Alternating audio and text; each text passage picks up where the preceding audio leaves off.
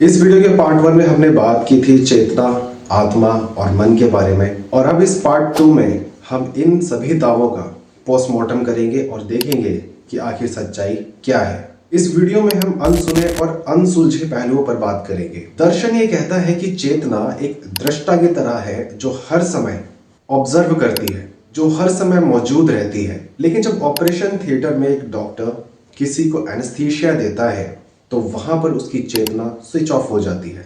उसके मैं होने का एहसास कुछ ही सेकंड्स में चला जाता है, वैनिश हो जाता है। अगर चेतना कोई डिवाइन एंटिटी होती तो एनेस्थीसिया एक मामूली सा केमिकल उसे अल्टर नहीं कर पाता, ये पॉसिबल ही नहीं होता। इसका मतलब ये है कि यहाँ पर बात कुछ और है। चेतना दिमाग का सोर्स नहीं है, बल्कि चेतना दिमाग की एक कॉम्प्लेक्स प्रोसेसिंग का परिणाम है। जिसे आप चेतना कहते हो, जिसे आप दृष्टा कहते हो, या जिसे आप मैं होने का एहसास कहते हो, जिसे आप विटनेस या दृष्टा कहते हो, ये सिर्फ दिमाग का एक भ्रम मात्र भी हो सकता है। अब बात करते हैं धर्मों के सबसे बड़े लॉजिकल कोलैप्स पर। अक्सर ये दावा किया जाता है कि जो आत्मा होती है वो ना तो स्त्री होती है और ना ही पुरुष होती है, क्योंकि आत्मा का कोई लिंग नहीं होता।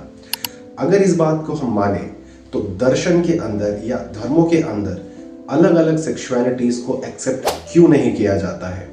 जैसे कि होमोसेक्सुअलिटी है या बाइसेक्सुअलिटी है। अगर कोई मर्द किसी दूसरे मर्द को पसंद करता है या कोई औरत किसी दूसरी औरत को पसंद करती है और उसको अपने जीवन साथी के तौर पे अपनाना चाहते हैं, तो इस पर सभी धर्म चुप हो जाते हैं, सभी दर्शन चुप हो जाते हैं और सेक्सुअलिटी को एक पाप मानकर रिजेक्ट कर देते हैं। और इसी वजह से इनका ये कॉन्सेप्ट पूरी तरीके से बिखर जाता है। अगर आत्मा का कोई जेंडर नहीं होता है, उसका कोई लिंग नहीं होता, तो दो व्यक्तियों के बीच का प्रेम आत्मा के लेवल पर गलत कैसे हो सकता है? जब धर्म या दर्शन सेक्सुअलिटी को एक्सेप्ट नहीं करते तो वो अपने खुद की आत्मा की थ्योरी को डिनाई कर रहे होते हैं। उन्होंने पुराने सोशल कंट्रोल को स्पिरिचुअलिटी का एक चोगा पहना दिया है। इस पॉइंट पर आत्मा का पूरा पॉइंट ही इनवैलिड हो जाता है, क्योंकि उनका एक्शन उनकी खुद की टीचिंग्स के अगेंस्ट चला जाता है। The context of action, no soul no space. कर्म के सिद्धांत के अकॉर्डिंग हर कर्म का एक कॉन्टेक्स्ट होता है। हम किसी एम्प्टी स्पेस के अंदर नहीं जी रहे हैं कि एक जगह है जहां पर चेतना हमेशा बनी रहती है। आपका नाम, आपकी पहचान, आपकी यादें, आपकी सेक्सुअल आइडेंटिटी और यहाँ तक कि आपका सेक्सुअल ओरिएंटेशन, ये सभी मिलकर बनाते हैं मैं का एहसास कि मैं हूं। अगर हम इन तत्वों को अलग कर दें तो क्या चेतना का कोई अस्तित्व है? आत्मा का कॉन्सेप्ट इसीलिए इलॉजिकल है क्योंकि वो बिना कॉन्टेक्स्ट के किसी चीज के एग्जिस्ट होने का दावा करते हैं। यानी बिना दिमाग के अवेयरनेस का दावा करना वैसा ही है जैसे बिना गाड़ी के चलने का दावा करना, बिना गाड़ी के गति का दावा करना। बल्कि चलना कोई अलग चीज नहीं है, चलना गाड़ी के फंक्शन का ही एक रिजल्ट होता है। और बिल्कुल उसी तरह जो हमें मैं का एहसास होता है वो भी दिमाग का एक रिजल्ट है, उसी के ही प्रोसेसिंग का एक परिणाम है।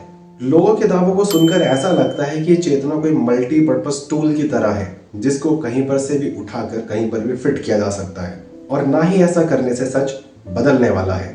Life without illusion. आत्मा और चेतना के जो क्लेम्स होते हैं वो एनालिटिकली और क्रिटिकली कई बार फेल हो चुके हैं, क्योंकि ये दावे विज्ञान की कसौटी पर खरे नहीं उतरते। ये जो कॉन्सेप्ट है अक्सर इनको सोशल मैनेजमेंट के लिए बनाया गया था। इसको एब्सोल्यूट ट्रुथ मान लेना एक इलॉजिकल चीज की तरह साउंड करता है।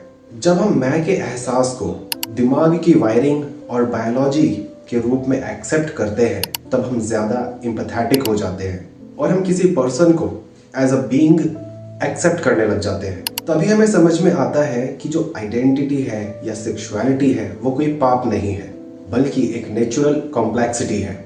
हमें अंधी धार्मिकता से ज्यादा लॉजिकल एथिक्स की जरूरत है जो हार्डकोर क्लिनिकल डेटा और इंसानियत पर टिकी हो। क्या आप अब भी आत्मा में विश्वास करते हैं, या क्या आपको ऐसा लगता है कि हम एक बायोलॉजिकल मशीन है? तो चलिए इस डिबेट को कमेंट में जारी रखते हैं। अगर आपका कोई सवाल है तो कमेंट जरूर करें। आज की वीडियो में सिर्फ इतना ही। मिलते हैं नेक्स्ट वीडियो में, तब तक के लिए जय भीम, नमो बुद्धाय।